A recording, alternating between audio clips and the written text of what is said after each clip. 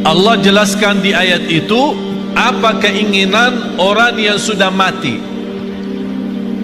Apa keinginan orang yang sudah mati, sudah masuk kubur, sudah lihat mungkar nakir, sudah dipertanyakan Rabbuka, Madinuka, Man Nabiyuka, dan sudah melihat gelapnya kubur, sudah melihat sempitnya kubur, tidak ada siapa-siapa yang membantu, hanya satu dia mohon kepada Allah.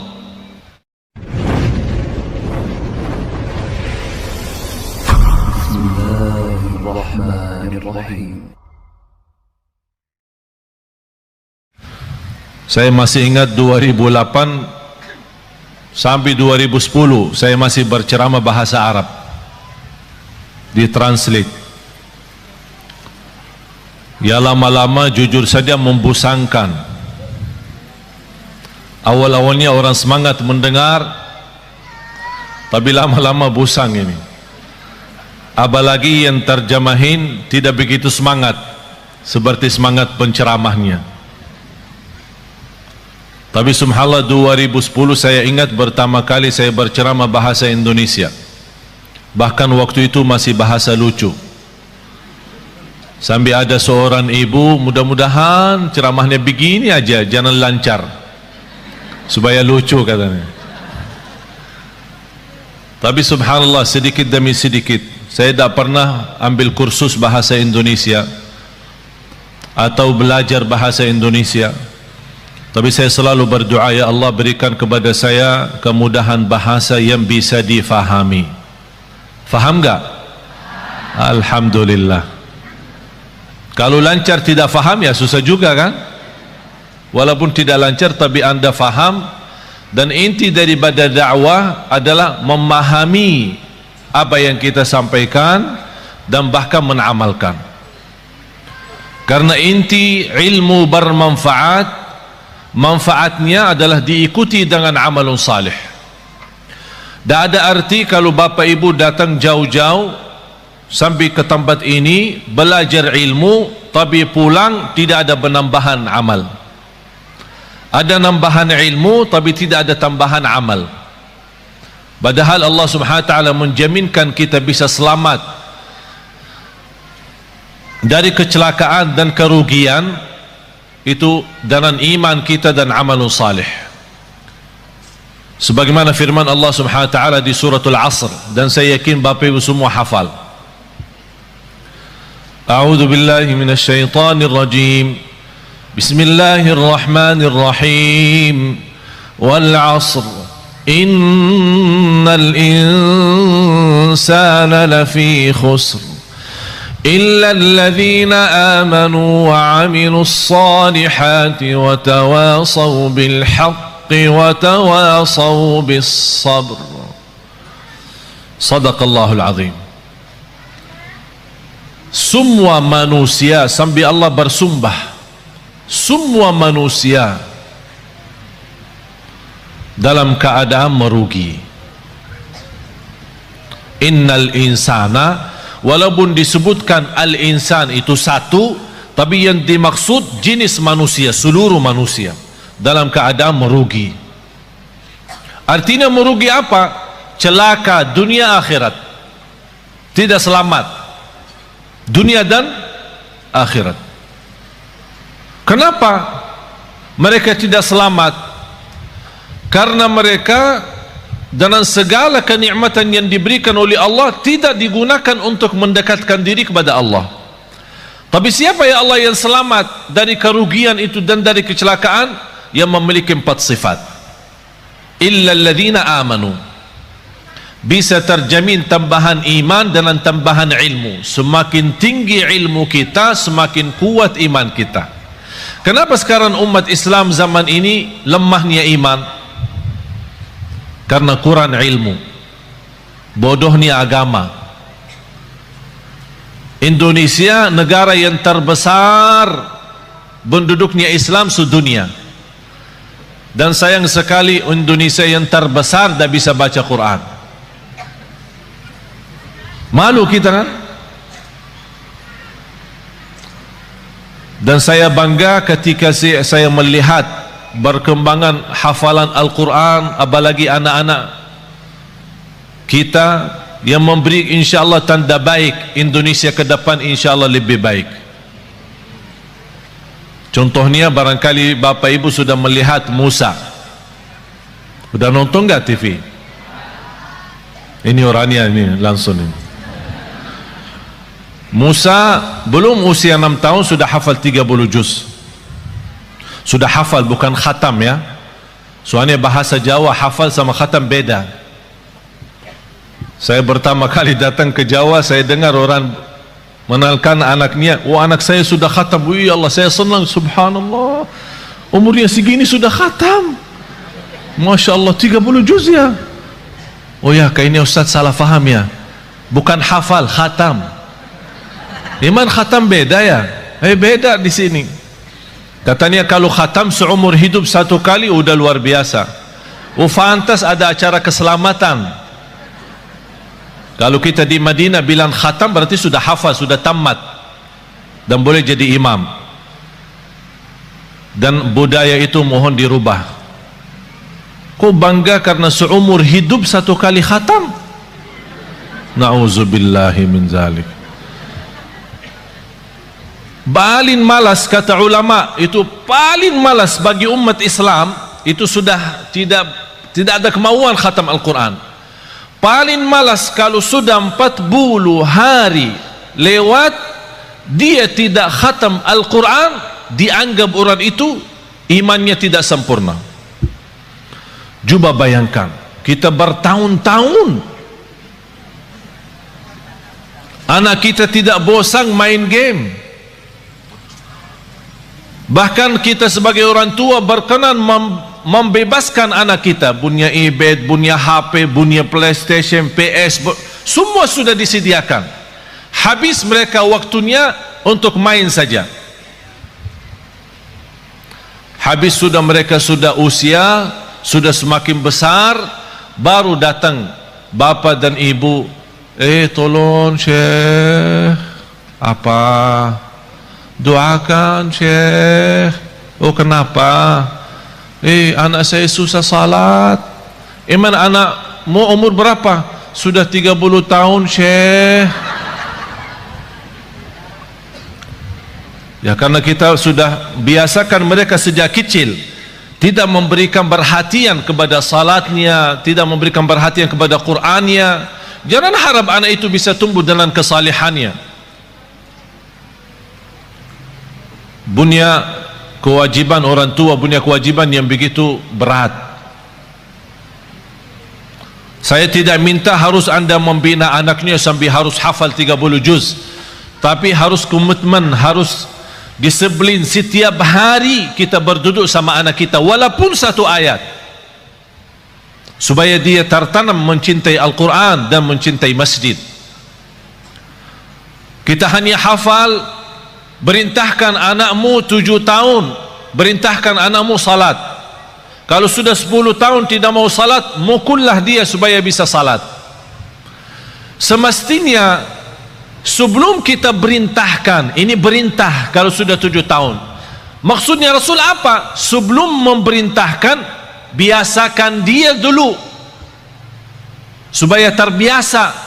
Artinya apa? Sejak dia kecil, masih di bawah 7 tahun, kita boleh membiasakan dia untuk bisa salat, untuk bisa membaca Al-Quran.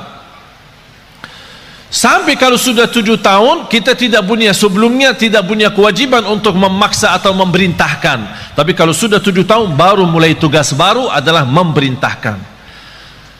Tapi supaya perintah itu bisa diterima dengan baik dan senang, kalau sebelumnya sudah membiasakan dia cinta Al-Quran dan cinta masjid, baru akan ringan menerima perintah dari orang tua.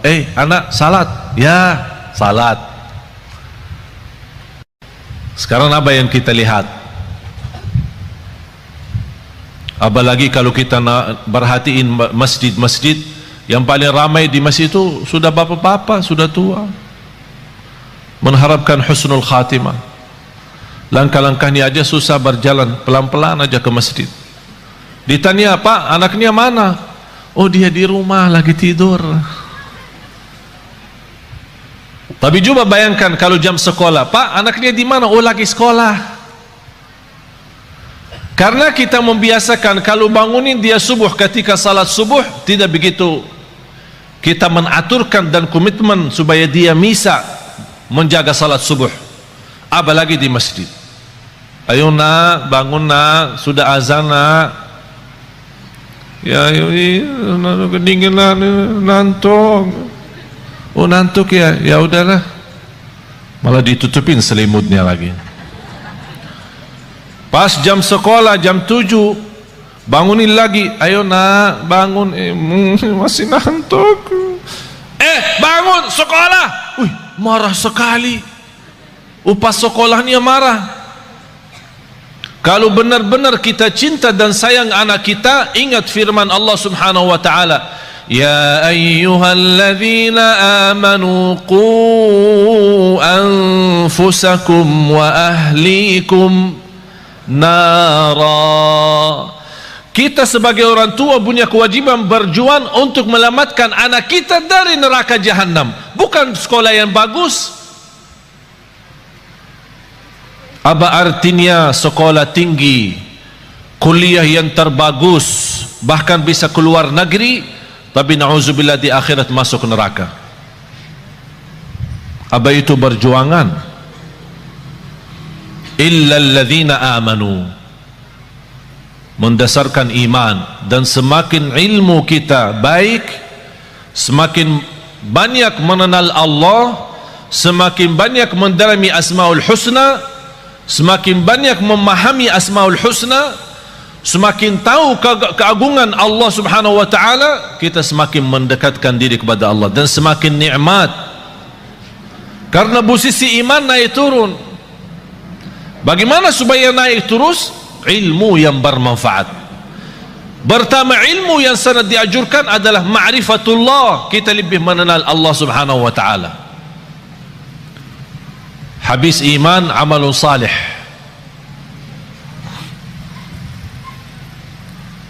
Dan amal salih itu kalau tambah iman tidak ada arti. Bapak Ibu, amalun salih tambah iman tidak ada arti. Ada enggak orang kafir dermawan? Ada. Terus masuk surga? Kenapa? Dia baik, dermawan, suka bantu yatim, padahal dia non muslim. Bantu yatim, bahkan bisa salurkan uang bangun masjid. Tapi amalan itu tidak ada arti amal salih dan kebaikan karena tambah iman, tidak ada iman. Tapi karena Allah adil, tidak ada balasan baginya di akhirat, tapi tetap karena adilnya Allah, Allah balas kebaikannya di dunia. Biarpun dia orang kafir, dia berbuat baik, Allah balas kebaikannya. Sehat, sukses usahanya, lancar. Dan nama adil Allah SWT. Tapi bagi orang beriman, Allah berikan 2 kali, di dunia dan di akhirat. Itulah kelebihannya iman. Oleh karena itu kalau kita membaca Al-Quran, selalu amal salih terlibat dengan iman. Amanu wa amilu, amanu wa amilu. Kalau tidak ada iman, tidak ada arti amal salih. Dan amal itu harus salih, bukan semua amal. Ada orang menwakafkan tanpa jualan minuman keras lillahi ta'ala. Amal kan? Saya nawaitu beramal. Oleh karena itu tidak boleh dinamakan amal jariyah, tapi dinamakan sedekah jariyah. Karena amal jariyah, amal yang dimaksud macam-macam, ada yang baik, ada yang buruk. Wa amilus salihat. Bapak Ibu, di antara amal salih yang sangat berguna bagi kita hidup maupun mati adalah sedekah. Terjamin berkah harta karena sedekah. Semakin banyak harta kita, semakin sedekah banyak, semakin berkah. Istilah berkah bukan artinya harta kita banyak. Walaupun harta kita sedikit, tapi karena sudah di dalamnya ada kata berkah, harta yang sedikit itu sangat berguna untuk kebutuhan kita. Ada orang kaya raya saya kenal tapi stres. Kaya raya, punya pesawat pribadi, rumahnya di mana-mana. Pas ketemu sama saya, pas isi acara di rumahnya, habis mulai tamu keluar, dia ajak saya ke dalam. Saya mau ngobrol sama saya. Pas begitu masuk, ada kantor pribadi beliau di dalam rumahnya. Begitu tutup pintu, malah dia peluk saya dan menangis. Pak, kenapa menangis? Takut. Apaan takut? Takut kehilangan harta itu. Takut miskin, takut sakit, takut celaka. Hartanya bisa sampai 7 turunan belum tentu habis, triliunan, tapi takut. Oleh karena itu Bapak Ibu, hidup sederhana apa adanya jauh lebih nikmat daripada berlebih-lebihan. Oleh karena itu orang yang salih, salah satu tanda kesalihannya, harta yang dia sedekahkan jauh lebih banyak daripada yang dia simpan. Tapi dasar itu bisa menjadi ringan. Sedekah lebih banyak daripada yang kita simpan adalah iman yang kuat. Tapi kalau imannya lemah, mana bisa? Saat bersedekah dia hitung-hitungan. Kalau diajak rame kumpulin sedekahnya, dia buka dompetnya, ada isinya 1.000, 10.000, ada 100.000. Yang keluarinnya mana? Tidak apa-apa, jujur saja, tidak apa-apa. Katanya walaupun sedikit tapi ikhlas. Salah tuh. Itu dulu, masa dulu. Sekarang rubah perkataannya, lebih baik banyak tapi ikhlas daripada sedikit tidak ikhlas. Harus banyak. Bapak Ibu, saya ceritakan sesuatu tapi bukan, insya Allah bukan riak. Seumur hidup saya sampai titik ini, saya tidak pernah zakat mal. Heran ya, kok bingung Ustaz tidak zakat sih? Kita diajurkan suruh zakat, kok Ustaz tidak zakat? Seumur hidup sampai titik ini saya tidak pernah mengeluarkan zakat setiap tahun. Kenapa? Karena saya tidak suka simpan duit. Kalau tidak ada duit bagaimana ada zakat? Ada zakat kalau ada nisab kan? Ada nisab, ada haul. Kalau tidak ada nisabnya mana boleh zakat? Dan aku heran terhadap seorang yang Allah berikan kelebihan rezeki, tapi saat dia berzakat dan sedekah itu sepertinya merasa takut kembali miskin. Wallahi, hidup miskin di dunia lebih baik daripada hidup miskin di akhirat. Kenapa? Karena hidup miskin di dunia seberapa lama pun tetap namanya sebentar. Tapi kalau di akhirat, kaya selama-lamanya atau miskin selama-lamanya, tidak ada batas. Oleh karena itu bahagia seorang yang saat dia bersedekah, dia sudah ingat, saya lagi isi tabungan akhirat saya, supaya nanti kalau saya hadap Allah hari kiamat, rekening akhirat saya masih banyak. Subhanallah, luar biasa. Oleh karena itu sedekah termasuk salah satu amalan yang sangat berguna bagi orang yang hidup maupun mati. Sampai ada sahabat, ya Rasulullah, ibu saya meninggal, apa yang harus saya bisa berikan kepada ibu yang berguna padahal ibu saya sudah meninggal? Kata Rasulullah, bersedekah. Bahkan Bapak Ibu tolong simpan surah Al-Munafiqun, surah 63 ayat 10. Surah 63, tolong simpan ya, ingat ya, jangan lupa. Surah 63 ayat 10. Allah jelaskan di ayat itu apa keinginan orang yang sudah mati. Apa keinginan orang yang sudah mati, sudah masuk kubur, sudah lihat munkar nakir, sudah dibertanyakan Rabbuka, Madinuka, Man Nabiyuka, dan sudah melihat gelapnya kubur, sudah melihat sempitnya kubur, tidak ada siapa-siapa yang membantu, hanya satu dia mohon kepada Allah. وَأَنْفِقُوا مِمَّا رَزَقْنَاكُمْ مِنْ قَبْلِ أَنْ يَأْتِيَ أَحَدَكُمُ الْمَوْتُ فيقول رب لولا أخرتني إلى أجل قريب فأصدق وأكن من الصالحين. Ketika manusia menghadapi kematian dan bisa menyebutkan keinginannya dan cita-citanya, ya Allah, tundalah kematianku, ya Allah, kembalikanlah aku dari kubur supaya aku bisa bersedekah kembali.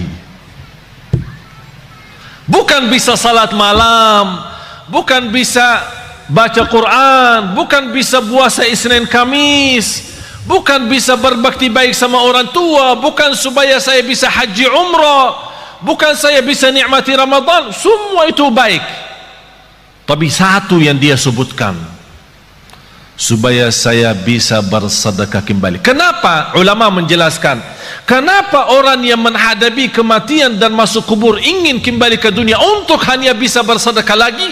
Karena dia sudah lihat begitu dahsyat pahala sedekah yang telah dia berikan. Oleh karena itu dia mengharap, ya Allah, kalau memang begini, tolong kembali lagi ke dunia, tundalah kematianku supaya harta yang saya masih simpan bisa saya habiskan di jalanmu. Allahu Akbar. Sedekah itu luar biasa. Bahkan saking indahnya sedekah itu, Allah berikan satu pintu khusus namanya babus sedekah di surga. Jadi ada orang punya kelebihan apa? Ini ada babus sedekah masuk. Seperti Sayyidina Uthman. Sayyidina Uthman ibn Affan yang terkaya. Tahu enggak Bapak Ibu, ada satu cerita barangkali Bapak Ibu pertama kali mendengar. Sampai sekarang jarak kita antara kita sama Sayyidina Uthman 1400 tahun.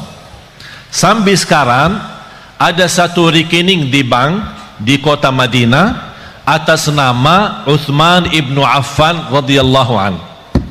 Sampai sekarang. Itu apa? Beliau kan orangnya dermawan, suka bersedekah. Di antara sedekahnya dia menwakafkan sumur air yang dimiliki oleh orang Yahudi.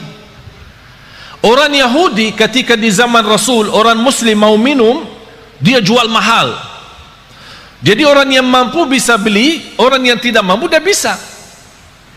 Kata Sayyidina Uthman begini, satu hari saya bayar, satu hari saya bayar untuk umat Islam. Jangan tolak orang, biar apapun, seberapapun diambil, biarkan saja. Dan satu hari untuk kamu. Jadi kontrak, satu hari buat saya, satu hari buat kamu. Tapi apa yang terjadi? Di hari giliran Sayyidina Uthman, orang Yahudi suka mensusahkan orang Islam untuk menambil air.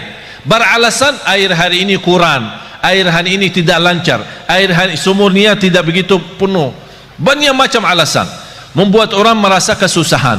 Dapat berita oleh Sayyidina Uthman ibn Affan radhiyallahu an, langsung datang ke orang Yahudi, saya tawarkan, saya mau beli sumur itu.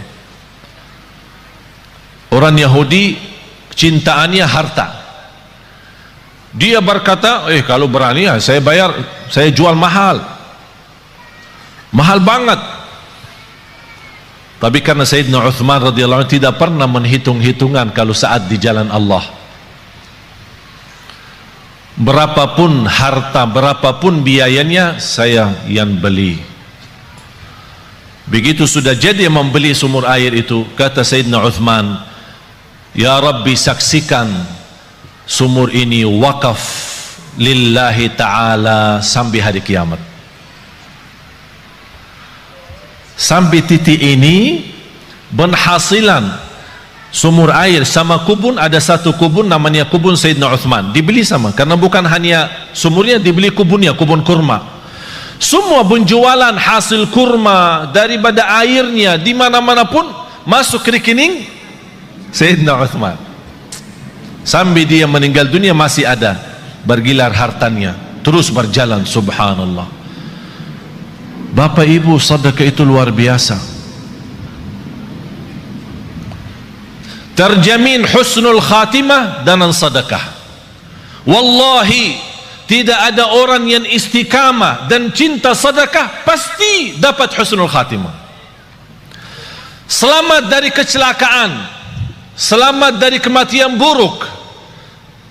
Kalau kita bilang kecelakaan termasuk kebakaran, bahkan disebut dalam hadis selamat dari kematian mendadak. Karena salah satu ciri hari kiamat, akhir zaman, banyak meninggal dunia mendadak. Pas naik mobil meninggal, pas lagi makan meninggal, mendadak namanya. Supaya selamat dari mendadak, jangan sampai kita mati dalam keadaan buruk maupun mendadak, jagalah sedekah. Allah lindungi dari kematian mendadak, dari kematian buruk, dari kematian kecelakaan. Bahkan sedekah itu menjaminkan ridha Allah. Sedekah itu membadamkan kemurkaan Allah. Kalau Allah lagi murka sama kita, Allah marah sama kita, supaya Allah angkat kemarahannya lewat apa? Bukan haji, umrah, puasa, tidak ada, sedekah. Terjamin terhapus dosa kita lewati sedekah. Semua yang saya sebutkan ada lebih daripada 100 manfaat daripada sedekah. 100 manfaat. Bahkan sedekah itu bisa menjadi berkah bagi keturunan kita. Siapa yang ingin punya anak salih salihah, jagalah sedekah. Siapa yang ingin berbakti baik sama orang tua, walaupun orang tua sudah meninggal dunia, lewati sedekah. Oleh karena itu Bapak Ibu, setiap anda bersedekah dimanapun, tolong jangan lupa nawaitu untuk orang tua. Bahkan ada satu riwayat diceritakan ketika orang tua meninggal dunia, mereka dalam keadaan susah, dihantarkan oleh malaikat membawa cahaya kepada mereka. Begitu mereka melihat munculnya cahaya dari jauh, mereka membuka matanya dan memperhatikan, itu dari mana cahaya itu? Cahaya yang menenangkan. Malaikat menjawab, ini cahaya sedekah anakmu. Subhanallah. Bahkan sedekah termasuk salah satu amalan yang melindungi kita dari siksa kubur. Semua kita akan sama-sama masuk siksa kubur. Semua akan masuk kubur. Rumah kita yang baru, tahu nggak rumah yang baru? Belum ya? Belum pernah ke sana ya? Belum. Biasa kalau kita mau beli rumah, kita biasa survei kan? Survei, senang beli, tidak senang cari yang lain kan? Kuburnya rumah kita yang baru. Sudah disurvei belum? Survei. Harus tahu rumah saya yang baru di mana, posisi saya di mana nanti, tetangga saya siapa, apakah dekat jalan raya atau dekat mall. Tahu, harus tahu kuburnya di mana. Wallahi Bapak Ibu, salah satu yang membuat kita mudah bersedekah, kita ingat kubur rumah kita baru. Kita ingat. Kalau kita ingin, saya minta sekali aja. Biasanya kalau di Indonesia malam minggu libur, jadi orang-orang mengajak keluarga senang-senang, makan malam di mana gitu, berhiburan. Kalau di Surabaya kemana? Biasanya malam minggu ya? Ke mall ya? Ya udah sekali-kali malam minggu dikubur. Ajak kena. Apalagi kubur di Indonesia sudah gelap. Gelap alami ya, bukan masuk ke dalam, di luar aja mas sudah gelap. Jadi enak, suasana enak. Duduk aja, tidak usah panjang lebar, duduk aja. Duduk. Apalagi kalau di samping kubur lagi terbuka, wow luar biasa tuh. Biar bisa pandangannya enak. Subhanallah. Masa ini rumah saya ukurannya berapa sih? Ya boleh sekarang ketawa, boleh ketawa, tapi Allah saja yang maha tahu bagaimana keadaan kita nanti di dunia kubur. Oleh karena itu jamaah sekalian, wallahi hidup ini serius, hidup ini sangat serius. Sudah habis waktunya bercanda, habis waktunya berketawa, habis waktunya untuk dunia saja. Dan banyak ciri-ciri, semakin banyak ciri hari kiamat, itu memberikan tanda hari kiamat semakin dekat. Bahkan yang lebih dekat adalah kematian. Tidak ada yang bisa jamin berapa sisa umur kita. Sekarang kalau saya bertanya, yakin hidup atau yakin mati? Bukan yakin hidup. Yakin mati daripada yakin hidup. Kenapa? Karena tidak ada yang bisa jamin hidup sampai besok. Tapi bagi orang yang bersedekah, kapanpun dijemput kematian, dia siap.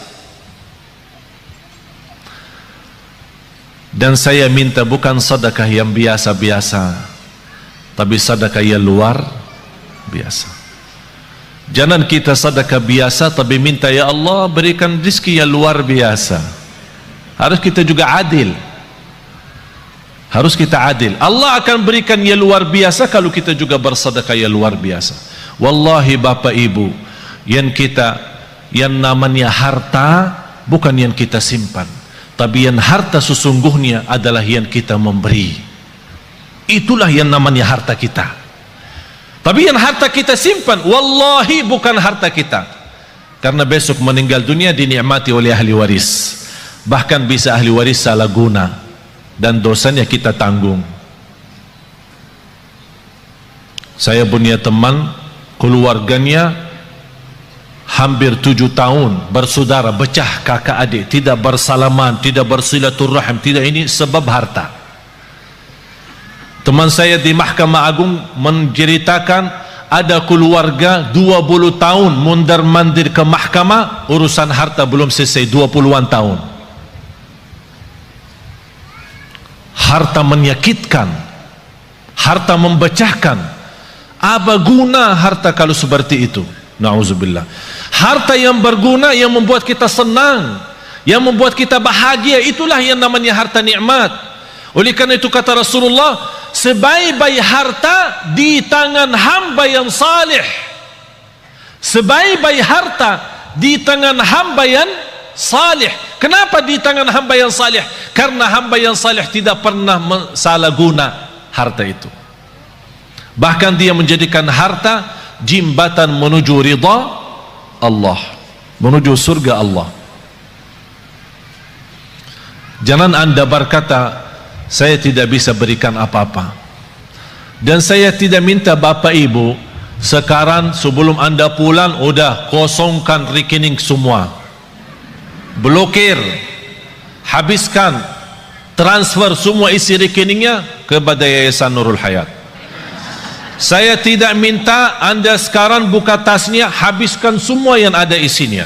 Tapi lepas ini, aduh, gara-gara Syekh jadi begini. Karena kita belum memiliki iman seperti Abu Bakar Siddiq. Abu Bakar Siddiq datang Sayyidina Umar ketika Rasul mau hijrah. Sayyidina Umar datang membawa separuh harta. Sayyidina Umar waktu itu cukup kaya, separuh. Jadi kalau punya 2 rumah, ikhlas 1 rumah. Kalau punya 2 mobil, ikhlas 1. Kalau punya 2 istri, ikhlas 1. Subhanallah, luar biasa. Separuh harta dia ikhlaskan. Sampai Sayyidina Umar merasa dirinya sudah begitu luar biasa berbuatan kebaikan, barangkali tidak ada yang terbayang. Siapa yang mau kurbani separuh harta?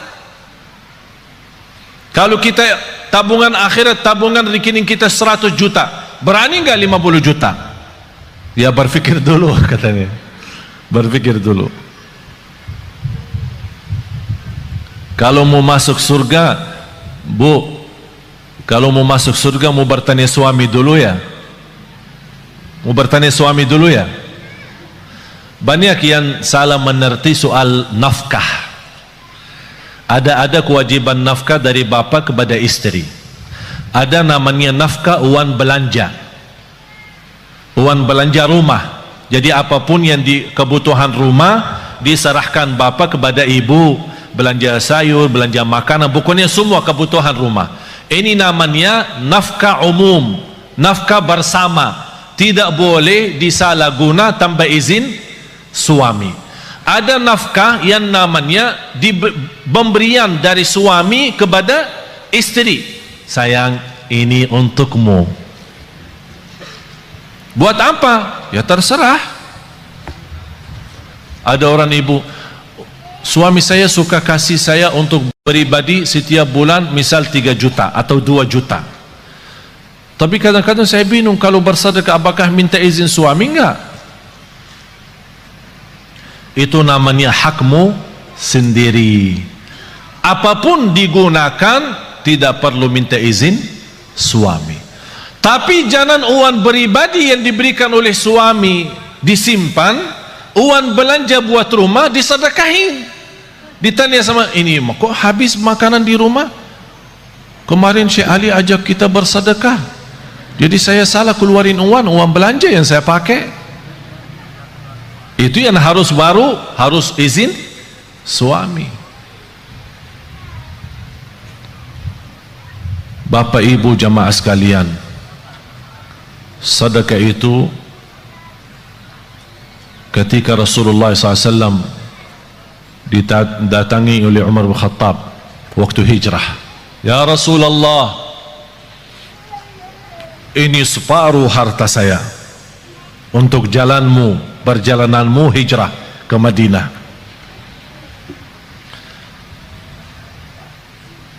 Rasulullah bertanya, apa yang kamu sisakan untuk keluargamu? Alhamdulillah masih tersisa separuh. Datang Sayyidina Abu Bakar, dilihat sama Sayyidina Umar, berapa sih mau diberi sama Abu Bakar? Aku aja sudah separuh. Tidak terbayang apa yang akan diberi oleh Sayyidina Abu Bakar. Ya Rasulullah, ini hartaku. Apaan ini? Ini hartaku semuanya. Apa yang kamu tinggalkan untuk keluargamu? Allah. Saya tinggalkan Allah. Sayyidina Umar berkata, saya tidak akan berani lagi lawan Sayyidina Abu Bakar. Tidak bisa lagi ini. Imana Sayyidina Abu Bakar istimewa sendiri. Tapi bapak ibu jangan coba-coba ya. Datang ke Yayasan Nurul Hayat, ini harta saya semua, terus buat keluarga saya tinggalin Allah. Gila loh, dianggap gila. Tidak wajar. Tapi yang saya minta bapak ibu, boleh anda bersedekah, tapi tolong sekali-kali kita tunjukkan sedekah yang terbaik. Segala sesuatu kalau berlebihan ujung-ujungnya tidak baik selain sedekah. Walaupun berlebihan tak ada rugi. Wallahi terjamin barakah, rizkinya terjamin lancar, bahkan membuat hati kita tenang karena kita hidup apa adanya.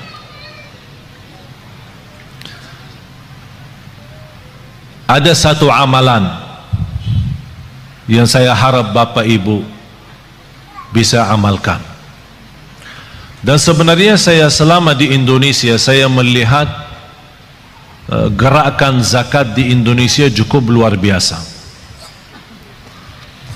Tapi Kenapa semakin banyak zakat mal tapi semakin bertambah kemiskinan?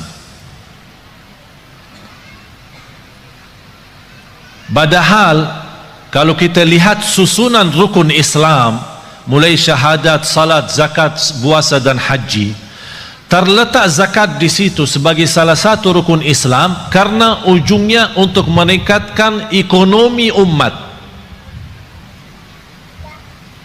Tapi karena kita salah gunakan zakat, salah membagi zakat, menjadi akhirnya yang menerima zakat tetap menjadi tukang minta.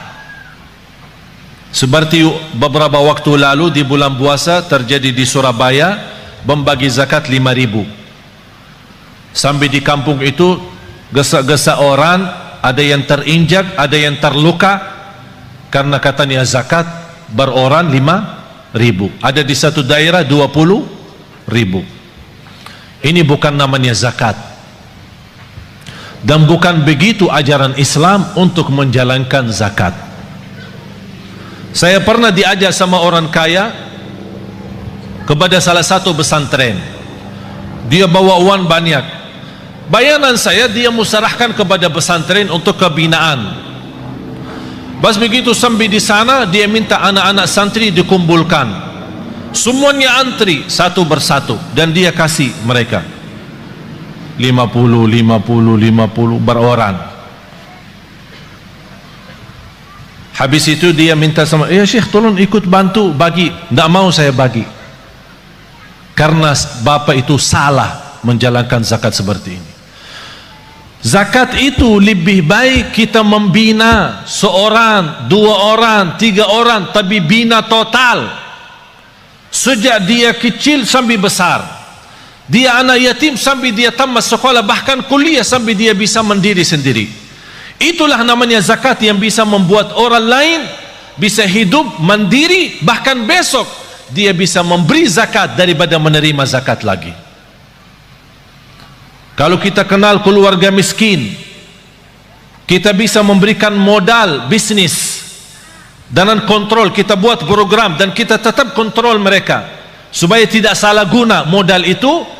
Insya Allah yang pertama menerima modal dari zakat, besok dia sukses dan maju usahanya, dia akan memberikan zakat. Sampai datang satu waktu seperti Sayyidina Umar ibn Abdul Aziz, orang bawa zakat, wahai Amirul Mukminin, kami punya uang zakat tapi tak ada yang terima. Ternyata karena semua penduduk di zaman Umar bin Abdul Aziz adalah memberi zakat, tak ada yang menerima lagi. Kenapa? Karena zakat saat itu betul-betul untuk membina, bukan hanya sebatas bagi. Oleh karena itu saya harap termasuk Yayasan Nurul Hayat tolong difikirkan bagaimana cara orang-orang yang kita lihat dia baik, salih, salihah, tapi dibutuhkan pimpinan, dibina mereka supaya mereka bisa berusaha sendiri, berbisnis sendiri, apapun yang mereka mampu, apa itu dalam jahitannya, apakah itu dalam masakan makanan, apa itu, apa saja kemampuan mereka, kita bisa support mereka dengan modal zakat. Nanti dari situ awal-awalnya bisa 1 tahun 2 tahun dia tetap menerima, tapi besoknya insya Allah terjamin dia akan memberi. Akhirnya lama-lama semakin sedikit berkurang menerima, semakin banyak bertambah memberi. Akhirnya di situ tambah kekayaan umat dan terlihat ekonomi umat Islam semakin membaik. Itulah inti daripada zakat. Oleh karena itu jamaah sekalian, kalau anda punya uang untuk zakat, jangan dipecahkan. Misal zakat mal 5 juta, jangan kasih anak yatim 50. Bina 1 anak yatim, bina 2 anak yatim, dan dibantu insyaAllah sama Yayasan Nurul Hayat. Kira-kira dibutuhkan pembiayaan bertahun, sekolahannya, kesehatannya, pakaiannya, semua segala, belajarannya, pendidikannya. Apa yang dibutuhkan seorang anak di usia gini sampai 1 tahun, dihitungkan kira-kira biayanya berapa. Alhamdulillah terhitung kira-kira dalam 1 tahun 3 juta. Berarti uang zakat kita 6 juta bisa membina 2 orang. Akhirnya mereka ini sudah dicukupi dengan segala sesuatu, tidak butuh apa-apa sampai dia besar mandiri, tidak menjadi tukang minta. Tapi kalau kita beri 50, 20, dia merasa tidak cukup untuk hidupnya, akhirnya dia terpaksa lari meminta sama orang lain untuk menutupi kebutuhannya. Itulah tersebar anak-anak kita selalu menjadi tukang minta, bukan menjadi berguna bagi negeri ini.